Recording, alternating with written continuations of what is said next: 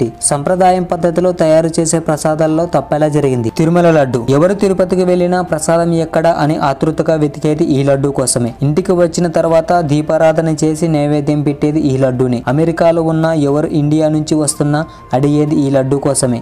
దేశాల నుంచి తెలుగు గడ్డకు వచ్చిన తిరుమలకు అలిపిరి మెట్లెక్కి శ్రీవారిని దర్శించి ఆ స్వామి వరప్రసాదంగా కళ్ళకద్దుకొని తినేది ఈ లడ్డూని. విశ్వరూపధారి అయిన కలియుగ వెంకటేశ్వరుడు మన ఇంటికి వచ్చేది ఈ లడ్డు రూపంలోనే. ఇది కొండ లడ్డుకున్న ప్రత్యేకత. దీని రుచి సువాసన ప్రపంచంలో మరే లడ్డుకు లేదంటే అతియే శక్తి కాదు. అందుకే తిరుమల లడ్డుకు పేటెంట్ కూడా దక్కింది. అఖిలాండ కోటి బ్రహ్మాండ నాయుడుకు ప్రతిరోజు నైవేద్యంగా సమర్పించే అతి ముఖ్యమైనది ఈ లడ్డుని. నిజానికి ఇలాంటి నివేదనలు శ్రీవారికి ప్రపంచంలో మరెక్కడ జరగవు. అంతెందుకు అన్నమయ్య మొట్టమొదటిసారిగా తిరుమలను దర్శించినప్పుడే తిండి మొండయ్య నైవేద్య ప్రియుడంటూ కలియుగ దైవాన్ని ఆట పట్టించేవాడట. తిరుమల వైభోగం గురించి చెప్పాలంటే ముందుగా గుర్తొచ్చేది లడ్డు ప్రసాదమే. ఆ లడ్డు ప్రసాదం మాధుర్యానికి 310 ఏళ్ల చరిత్ర ఉంది.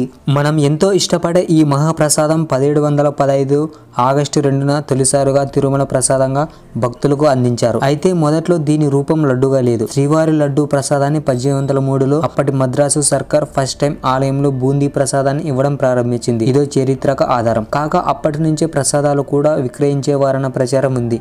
పల్లవుల కాలం నుంచే ప్రసాదాల పరంపర మొదలైందని చరిత్ర చెబుతుండగా అప్పట్లోనే శ్రీవారికి సంధి నివేదనలుగా నైవేద్య వేళలు ఖరారు అయ్యాయి. ఈ సమయాల్లోనే భక్తులకు ప్రసాదాలు పంచేవారు. ఆ రోజుల్లో కొండ మీద భోజనాలు సదుపాయం లేకపోవడంతో ప్రసాదాలే భక్తుల ఆకలి తీర్చేవి. భక్తులకు అందజేసే ప్రసాదాన్ని తిరుపొంగం, ఆ తర్వాత సుఖీయం, మనోహరపడి ఇలా ప్రసాదాలను ప్రవేశపెట్టారు. వీటిలో వడ తప్ప మరేవి ఎక్కువ కాలం నిల్వ ఉండేవి కాకపోవడంతో వడకు ఎక్కువ డిమాండ్ ఏర్పడింది. 1933లో తిరుమల తిరుపతి దేవస్థానం ధర్మకర్తల మండలి ఏర్పాటైన తర్వాత ఆలయంలో ప్రసాదాల వితరణ ప్రక్రియ కార్యక్రమాలను పెంచింది.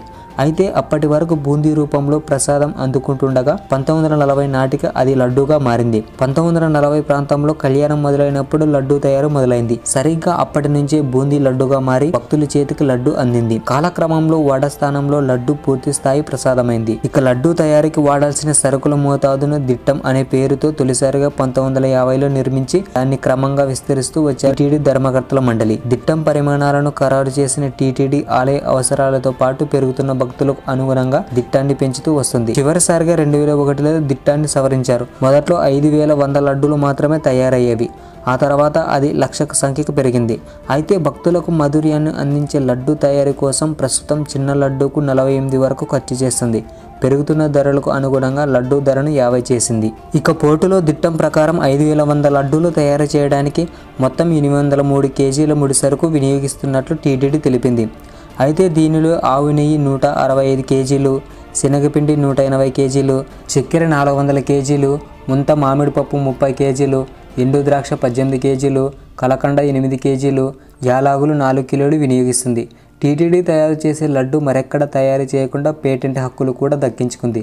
భక్తులకు అందజేసే ఉచిత లడ్డు కాకుండా 3 రకాల లడ్డూలను టీటీడీ తయారు చేస్తుంది. రోజు దాదాపు 15 మెట్రిక్ టన్నుల నెయ్యిని వినియోగిస్తూ 3 నుంచి 3.5 లక్షల లడ్డును తయారు చేస్తున్న పోటులో 600 మంది సిబ్బందిని గుమగుమలాడే లడ్డు ప్రసాదాన్ని తయారు చేస్తున్నారు. ఇందులో 100 మంది కాంట్రాక్ట్ సిబ్బంది కాగా దాదాపు 750 మంది శ్రీ వైష్ణవులు శ్రీవారి లడ్డు ప్రసాదాన్ని సంప్రదాయబద్ధంగా చేస్తున్నారు. అయితే అన్ని లడ్డుల్లా కాకుండా తిరుమల లడ్డును చాలా ప్రత్యేకంగా తయారు చేస్తారు. అందుకే దానికి అంత రుచి. తొలుత శనగపిండిని బూందీగా అనువుగా చక్కెరతో కలుపుతారు. ఆ తర్వాత ఈ మిశ్రమాన్ని సలసల కాగే నెయ్యిలో వేసి బూందీగా తయారు చేస్తారు. కాగుతున్న కాడాయి నుంచి బూందీని వేరు చేసి కన్వేయర్ బెల్ట్ ద్వారా మరో పెద్ద గిన్నెలోకి పంపుతారు. అనంతరం జీడిపప్పు, ఎండు ద్రాక్ష, కలకండ, యాలాగులు, బాదం పప్పు, కుంకుమ పువ్వు కలిపి లడ్డును తయారు చేస్తారు. అయితే గతంలో ఈ లడ్డు తయారీ అంతా కట్టెల పొయ్యి మీద చేసేవారు. అయితే తయారీ సామర్థ్యం పెరగడంతో ప్రస్తుతం ఆవిరి పొయ్యిలను వాడుతున్నారు. అంతేకాదు ఈ తయారు చేసే వాళ్ళు కూడా నిష్ఠగా ఉంటే తప్ప వంటశాలలోకి అనుమతించరు.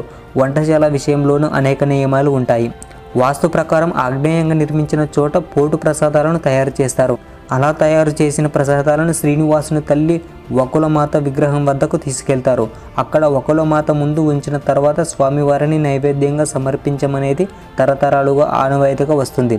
మరోవైపు లడ్డు, వడలు తదితర ఫలహారాలు ఆలయంలో సంపంగి ప్రకారం ఉత్తర భాగాన తయారు చేస్తారు. ఆ ఫలహారాలను కూడా ఒకరు మాత చూపించిన తర్వాతనే ఆ స్వామివారికి నైవేద్యంగా అందిస్తారు.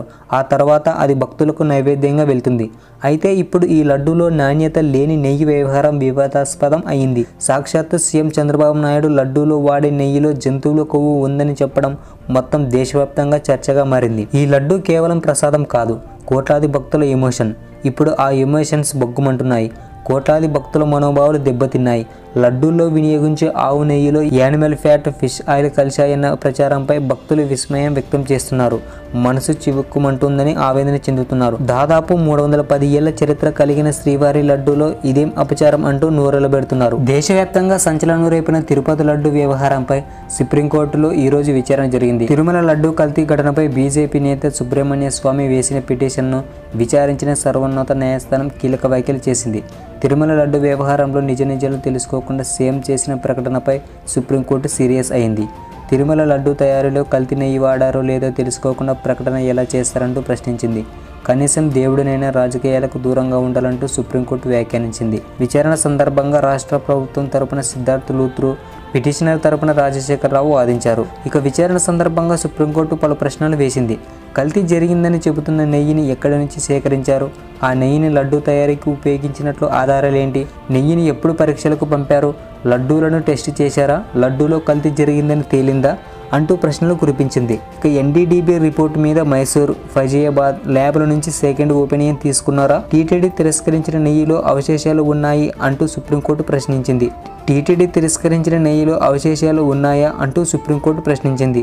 ల్యాబ్ రిపోర్టులో ఉన్న నెయ్యితో లడ్డూలు తయారు చేసినట్లు ఆధారాలు ఏమున్నాయంటూ సర్వోన్నత న్యాయస్థానం ప్రభుత్వ తరపు న్యాయవాదిని ప్రశ్నించింది. విచారణ పూర్తి కాకముందే కల్తీపై ప్రకటనలు భక్తుల మనోభావాలను దెబ్బతీస్తాయని అభిప్రాయపడింది.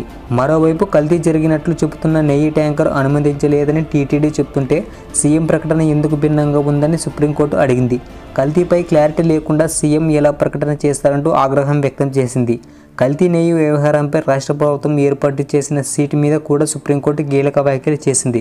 సీటు విచారణ జరగకుండానే సీఎం ప్రకటన ఎలా చేస్తారంటూ సుప్రీంకోర్టు ధర్మాసనం ప్రశ్నించింది. ప్రస్తుత పరిస్థితుల్లో ప్రత్యేక దర్యాప్తు బృందం సరిగ్గా విచారణ జరపగలదో లేదో అనే అనుమానం వ్యక్తం చేసింది. ఈ విషయంలో స్వతంత్ర దర్యాప్తు సంస్థ విచారణ అవసరమా అంటూ కేంద్రం అడిగింది. అనంతరం తదుపరి విచారణ అక్టోబర్ 3కి వాయిదా వేసింది. అయితే దీని మీద ఎన్డీఏ నాయకులు ఇలా స్పందిస్తున్నారు. తిరుమల పవిత్రత విషయంలో రాజీ లేదు, రాజకీయం లేదు. ఉన్నది కోట్ల మంది భక్తుల మనోభావాలు, వాస్తవాలు మాత్రమే. నెయ్యి కల్తీ జరిగిందని ఎన్డీడీబీ లాంటి పేరున్న సంస్థ రిపోర్టు చూడగానే సీఎం ప్రజల ముందు ఉంచారు. తెలిసిన తర్వాత కూడా దాచి ఉంటే అది నిజమైన పాపం. ఆ తప్పును బయట పెట్టడమే కాదు, ప్రక్షాళనగా ఏం చేయాలో కూడా చేశారు. వాస్తవాలు తేల్చడానికి సీటు ఏర్పాటు చేశారు. అనేక చర్యలతో ప్రజల్లో ఉన్న అభద్రతను పోగొట్టే ప్రయత్నం చేశారు. గత నెల రోజులుగా లడ్డూ నాణ్యతలో కూడా మార్పు వచ్చిందని భక్తులు చెబుతున్నారు. ఇక సుప్రీంకోర్టు వ్యాఖ్యల ద్వారా ఈ నెల 3వ తేదీ వరకు సీట్ ద్వారా విచారణ జరగదు అని సీట్ అధికారులు చెప్పారు. నిజాలు తెలియాలంటే కేంద్రం నుంచి ఒక కమిటీ వచ్చి విచారణ చేయాలి. సీట్ ద్వారా విచారణ జరిగితే ఏపీ ప్రభుత్వం ఎలా చెప్తే అలా చెప్తుంది. కాబట్టి కేంద్రం నుంచి ఒక కమిటీ ఏర్పాటు చేయాలి. అప్పుడే నిజాలు ఏంటో తెలుస్తాయి. ఓకే ఫ్రెండ్స్, తిరుపతి లడ్డూలో నిజంగానే జంతువుల నెయ్యి కలిపారా లేక రాజకీయాల కోసం లడ్డూ మీద ఆరోపణలు చేస్తున్నారా? మీరేమనుకుంటున్నారో కామెంట్ చేయండి. Please subscribe. Thank you all. జై హింద్.